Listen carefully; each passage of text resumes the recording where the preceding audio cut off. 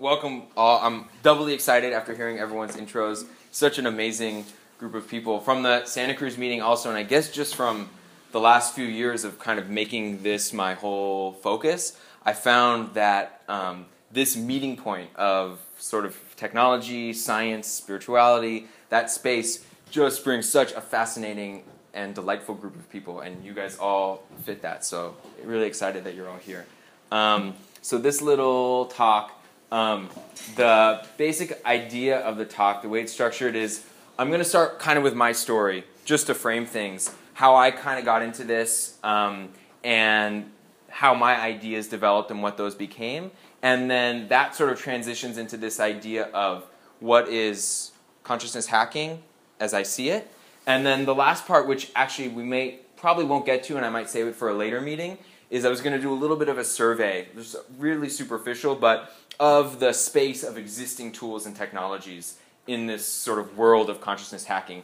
But I realize now, like, each of those sections could be like a whole huge talk. This last section could be like 10 3-hour talks. So that last part may be saved for later.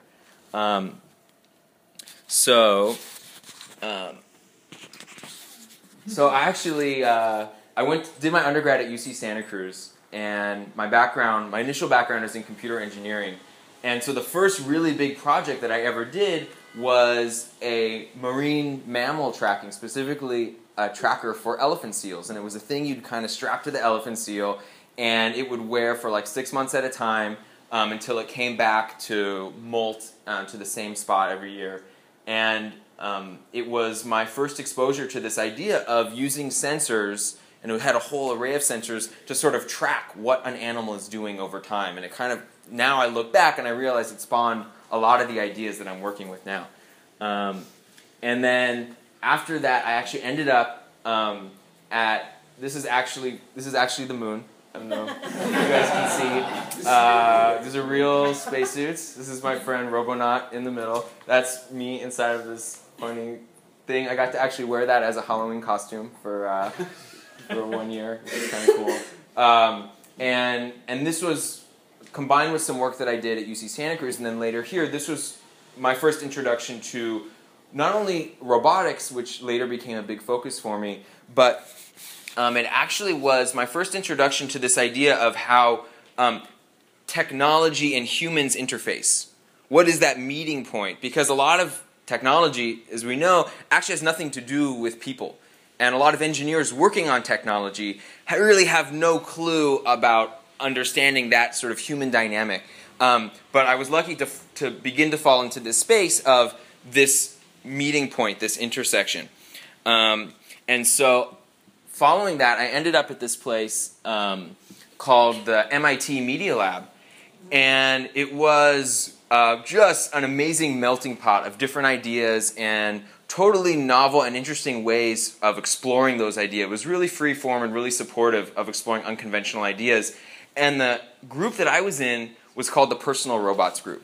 And in a way, this was kind of like this amazing blossoming or culmination of this idea of what you could call almost sort of a social meeting point of human and technology. Because in a sense, the robots that we were working on, and this sort of gives you a better idea of it, this kind of very sci-fi, very social robot, the functionality of the robot actually depends upon the way in which people perceive and respond to it. Whereas engineers usually would think of that as like a superficial aspect or a secondary aspect or something like that. No, it's just about how well it cleans the floor. But when you're talking about robots that are specifically designed to be in this social context, if people are frightened by them or disturbed by them or freaked out by them in some way, the robot actually no longer works. It's as if it's short-circuited or something like that. And so the work that I ended up doing for my master's thesis was actually half social psychology and half robotics. I still had to do all the engineering stuff, but 2 of my thesis advisors were actually social psychologists. And so I ended up working in this space for a while. I ended up moving back to San Francisco, and I did kind of the whole working in Silicon Valley thing, got a really cool job at a startup, and everything was awesome. My life seemed great. Like on paper, you know, my parents are happy, you know, like living with some cool dudes, you know, we're having parties, or, you know, just life is great. And you know, awesome job. And so in terms of like the story of Mikey's life, everything seemed perfect. But it was kind of this scenario that I sort of think of as like, it was like only the frosting and none of the cake. Like everything was really sweet and it had all the good stuff there, but somehow it was lacking substance. I still wasn't feeling fulfilled, and this is sort of like Mikey's personal story. I needed to go out and do this sort of classic search to find meaning. I didn't feel like on a superficial level like I was fulfilling my purpose, and then personally, something was missing. I wasn't really feeling content in my life. And so I kind of, I sort of embarked on this archetypal, like, find yourself journey. Did the India thing, I went to live in ashrams, I did meditation retreats, you know, psychedelics, you name it, all over the place. And depending on how you want to count it, that was like a year, or it's still happening. It's totally, like, up for debate. But this was like a very significant period in my life where I sort of dropped off the map, moved out from living with these guys, and just went exploring. And what started off really as an external exploration, this idea that I would find something or some endeavor or some external set of circumstances that was going to be my thing, that was going to like complete me, very quickly turned into classically an internal search, and realizing that actually what I was looking for was internal. And once I started, instead of trying to get more stuff or get more ideas about what I was supposed to be, and I actually started moving stuff aside and clearing the way and creating actually more spaciousness and emptiness and openness, a couple of things happened. First of all, in sort of a meta way, the importance of that struck me. The importance of that process, however one goes about it, of going inward, and you could call it know thyself, you could call it meditation, you can call it whatever you want, but that process of putting on hold or removing the delusion of finding your contentment in the external world or external circumstances, and coming to the understanding that you can actually find completeness and wholeness within yourself regardless of the circumstances, that seemed so important to me that actually not only was I wanting to continue to do that, you know, for the rest of my life and make that a central focus, but I kind of wanted to somehow make that more available to everyone else. Then I had my epiphany, and the epiphany was all of these various pursuits that I was involved in could actually be combined. And then beyond that, it didn't seem like a superficial combination. Like, oh yeah, I'll just take technology over here and science over here and spirituality, and I'll sort of mush them together and I think they'll fit. Actually, what struck me, and this is kind of me drinking my own Kool-Aid a lot and other stuff, was that this really seemed like, in a sense, the pinnacle or most like supreme manifestation of technology, in the sense that technology you could almost think of as a manifestation of the human mind in a way. It's our thoughts brought into physical form. And so when our thoughts are focused on superficial things, or our thoughts are focused on conflict, then we create weapons, we create bombs, we create whatever. When our thoughts are focused on our own physical comfort, we create, you know, comfortable couches or whatever it is. But as our thoughts begin to move into wanting higher states of consciousness or wanting deeper sense of fulfillment, then technology is there to serve us. It's completely benign. It's just creation, and it can be anything we want it to be. So for me, it was not only me wanting to be able to create new technologies that could facilitate people's own personal unfoldment, whatever that was, but it was like, that is what technology is moving towards in the big picture, however long that takes. And so, but I also didn't, I kind of like, in my own pursuit, this is more of a personal story, I kind of didn't want to settle for just like, oh, I want to make meditation more accessible, or I want to make people feel better. I was like, well, what is the absolute pinnacle of human consciousness? What are we really all driving towards? What is the ultimate conceivable notion of human completeness or human contentness or contentment or whatever you want to call it? And so I, kind of blindly started to sort of pursue this notion of spiritual enlightenment.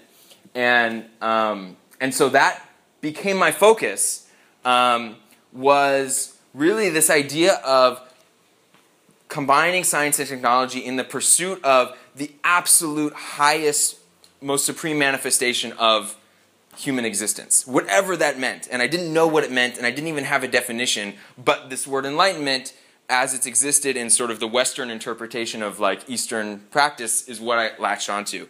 And so that became my sole focus. And again, I'm an engineer and a scientist by training, so this wasn't about sort of a mystical approach or a religious approach. This was specifically about how can science and technology serve us in this pursuit. It was 100% focused in that direction. And so I got all excited. I'm like, oh, I'm going to go to grad school. I'm going to study like how to use science and technology to engineer enlightenment, and it's going to be great. And so I start contacting professors, and like no one even knows what I'm talking about. It's just like, and I started looking around, and even meditation researchers are like, that's not, it's basically taboo concept in academia. Meditation was taboo for a long time, for decades, and now it's acceptable and even mainstream. But the notion of enlightenment, which arguably traditionally is the sole purpose of meditation, that's why meditation exists traditionally, is not allowed. You're not allowed to use the word in academia. You're not allowed to discuss the concept. You can only talk about meditation in terms of specific clinical conditions. And that's just beginning to change a little bit, but even today it's still the case. So I'm looking around for like existing research and existing professors. This is like my Google Scholar search, and there's nothing. You find some ideas of like the Enlightenment period in the United States or something. Eventually in this sort of search, I end up getting in contact with a professor named Dr. Gino Yu in Hong Kong. And it was a great find. I think within 20 minutes of being on Skype with him, we were already planning my visit to Hong Kong. And I think literally within 2 weeks after talking to him, I was already living in Hong Kong. So it all just happened really fast. And the amazing thing about him is he's one of the few people that's openly talking about this space. And I remember reading his bio on the website for Hong Kong Polytech University, and he literally, in his bio, uses the words enlightened consciousness, which you just would never see in any professor in any institution. So I end up in Hong Kong, and I end up actually working really closely with another professor who was visiting there named Dr. Jeffrey Martin, but he actually got his graduate degrees from Harvard and also from CIIS here in San Francisco, which also CIIS is probably one of the few places that you can actually research this stuff.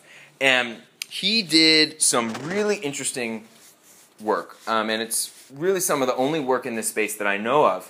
And he looked at enlightenment like a clinical condition, like you would look at bipolar disorder, or like you would look at schizophrenia, except in this case it's usually considered desirable, but it's something that you can study. You can study the neural correlates of it. You can study how it affects behavior, how it does or does not affect psychology. You can study from a physiological perspective. It's a science, like any other. And he took it completely out of the religious domain.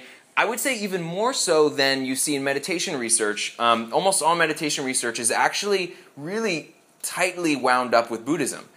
He actually completely divorced himself from all traditions, and his subjects for his research range from Buddhists to Hindus to Jews to Christians, like across the board, people that have absolutely no religious or spiritual association whatsoever. He was really subtracting this phenomena of, and again, he's trying to do this in an academic context, so there's like a clinical term for it, and that is persistent non-symbolic experience. And that's like the clinical term, scientific way of referring to this phenomena.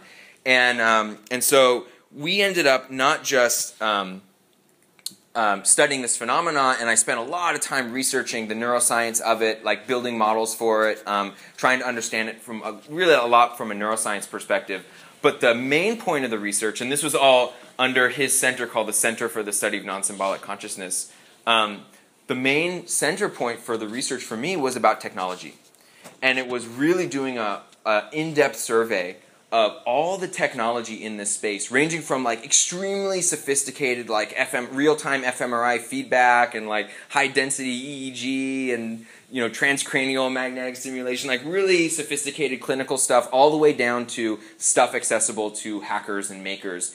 And I made it my job to basically learn about every single technology that existed and understand how they worked and how they could affect human consciousness. And so I was like on this mission to understand what technology could we use to facilitate this experience. So that was a good chunk of time that I was living in Hong Kong. And when I got back, I kind of went into like, this is just some random pictures, but I kind of went into like super maker hacker mode and kind of got back to my engineering roots and began to apply a lot of the stuff that I had been researching to actually building stuff. And I also say I probably softened in my views. I think looking back, I was probably fairly dogmatic at that time. I had a lot of ideas that like, I know the right way and I know how this is all going to work. I'm kind of in this place now where actually I all of a sudden don't know all over again, but I'm more excited than ever. And so I don't even necessarily need to think of engineering enlightenment specifically as the goal, but I'm just really excited now about developing new types of technologies that in some way can shift our own experience from the inside out, not from the outside in, so that our lives can improve, so that we can have a higher quality of life. There's been a few projects that I've been involved in. One of them is called BrainBot, and Rohan, my buddy, he had a company called BrainBot, and we lived together and worked together for a while, and there was a number of other ventures and little projects that I've been involved in. A while ago, I started a space in Santa Cruz with one of my best friends, Jay. This was like the before and after. So we sort of created this studio space called Joy Labs, and that's where I have my setup for doing work on prototypes and that kind of stuff. I've worked recently on a number of different projects. I started a company called Biofluent Technologies. A lot of the projects that I've done in the past while were funded by the Tech Museum. I was doing exhibit design and prototyping for them. I'm kind of in this space of sort of quantified self meets health and well-being. You could sort of think about it in that way. And as I've been kind of moving further along this path and also getting more and more in touch with the sort of do-it-yourself side of this rather than the academic or clinical side of this, it's become clear, a number of things have become clear. One, the amazing number of resources that are completely untapped that exist for people just like us to be exploring this space. Not just tools that we can use, which I actually think is very minimal, but tools that we can create. The resources and raw ingredients that are out there now for building new types of interactions, new types of experiences is really phenomenal. And beyond that, I really feel like all these ideas are in their infancy. Like we are just scratching the surface. So like in a sense, I kind of feel like it's just like the Wild West of exploring consciousness using technology. And the ideas, even the notion that it's possible, is just starting to trickle in. And I feel like, and again, I drink a lot of my Kool-Aid, but I feel like in the next 10 years, it's almost going to be like obvious. Like, of course, that's what you would do with technology. Like, yeah, we've been exploring, like, these distant reaches of our universe, but now it's time to go inward. So just now, specifically to talk about consciousness hacking a little bit,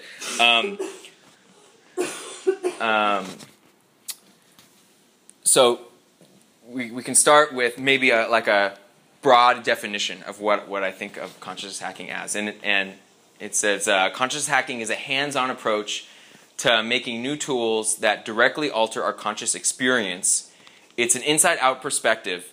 Technology can serve us by changing our relationship to the world rather than the world itself.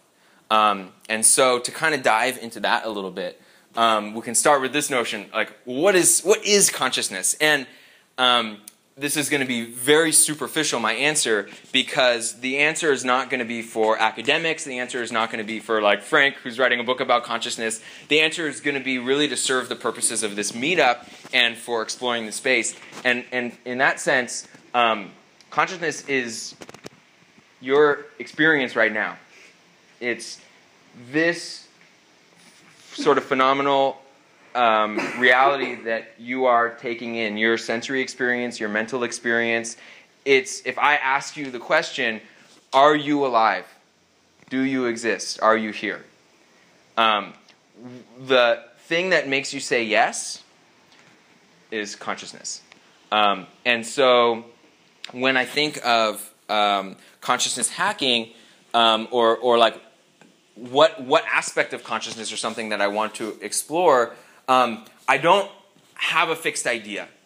There are lots of religions out there. There are lots of spiritual paths. There are lots of different self-help modalities. There are lots of different ideas about what state of consciousness you're supposed to be in, how you're supposed to feel, what you're supposed to do to get there.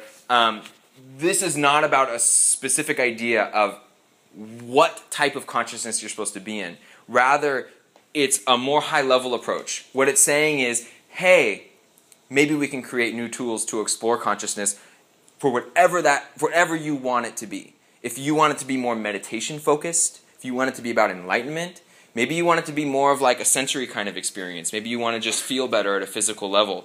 Like, there's no rules. But back to the definition, the distinction is that it's about an inside-out approach. And I guess maybe there's like not a rule, but maybe there's one guiding principle that I actually do sort of stand by kind of firmly. And so to kind of illustrate that guiding principle, this is a picture of my Grandma Chicky. She was 94 when I took this picture, and she was a really big inspiration for me. And one of the things that she really inspired in me is this idea that happiness really is independent of context. It's really independent of what's happening in the world around you. We all truly have this ability to find within ourselves, in this moment right now, the wholeness and completeness that we're searching for externally. And that is one guiding principle that I would like to kind of keep in mind in this idea of consciousness hacking, because that is what is, I believe, should be the motivating factor, is how can we change that experience as directly as possible in order to find that sense of wholeness, that sense of completeness. And so the interesting thing is there have actually been like thousands of years of really like amazingly rigorous, I would even call it science, of exploring this. This is not a new concept. It's not a new notion. It's actually like an ancient concept. And if you, for example, explore, like just as one example, Buddhism, and Buddhism is a huge swath of like unbelievable like texts and ideas and people and resources. But if you were to look into that, the depth in which they've really scientifically explored human experience is mind-blowing. But it's still very much reliant upon what you could call like traditional technologies. Language, both spoken and written. It's almost what it's all completely based around. And so the whole premise is, this is all amazing and beautiful and valid, but we've progressed phenomenally in the conceptual tools and the technological tools that are available. At that time, language, spoken and written, that was literally high tech. But now we can go to the moon. But But interestingly, the technology for self-exploration is still unchanged. And so, sort of my final pitch, I guess, and maybe I'm like really iterating this a lot, but I can't shake the idea that the most phenomenal technology that I can imagine us developing as humans is a technology that, as deeply as we've explored space, and as deeply as we've explored like subatomic particles, if we could explore our own conscious experience that deeply and understand it that deeply through science, I mean, what is better than that? To me, that seems truly like the final frontier. And I don't mean that in. It's hard to not get caught up in. I don't want to say like new agey or mystical sounding language or ideas. I think that this is perfectly compatible with the existing scientific paradigm in a lot of ways. I mean, in some ways it's totally incompatible, but in terms of the scientific approach, the systematic, conceptual, logical approach to exploring the world around us, there's no reason why you can't apply that same approach to exploring our own consciousness. The only difference and the only change it requires is purely one of beliefs. It's purely one of shifting our almost, I hate to say it, but dogmatic or religious ideas that exist in academia about what you're supposed to research and what you're not supposed to research. And if those slide aside, there's no reason why science can't be used as our greatest ally in the same way that the traditional approaches have for thousands of years. And so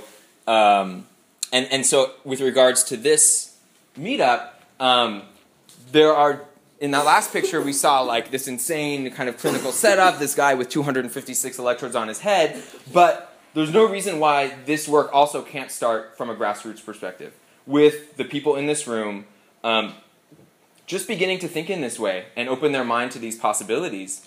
And once that mind opening happens, I guarantee what you'll find is that there is a huge amount of resources that are available to you for not just finding tools for you to use for being a user, which actually is somewhat limited, but for creating tools, for building new things yourself. And so this, if I sort of think about it culturally, what I imagine like this concept of consciousness hacking to be, I think it's on one hand, it's this idea of like the maker movement, which I think has been huge and revolutionary even in changing people's perception about the world around them.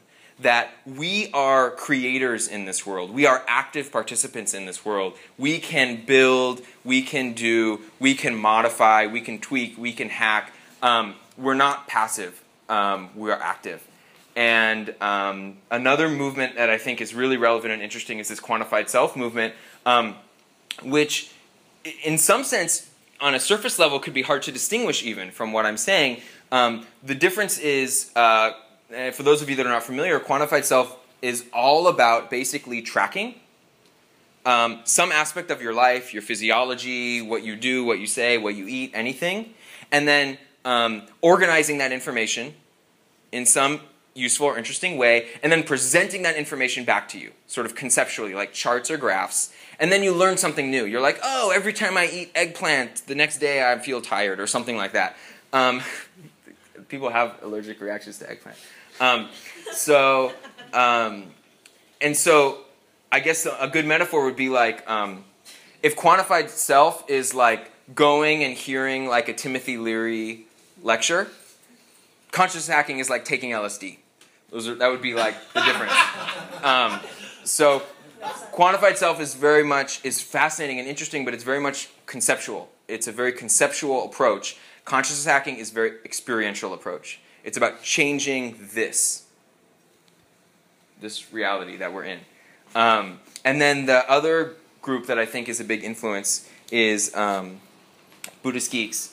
And for those of you that are not familiar with it, it's really an awesome community that you really do not have to be Buddhist or have any Buddhist affiliation to be excited about. I think it's one of the most prevalent and powerful examples of how we can take these ideas of, let's say, in this case, Eastern spirituality, and really make them scientific, make them rational, make them logical, make them approachable by the engineer, by the sort of very cognitive person.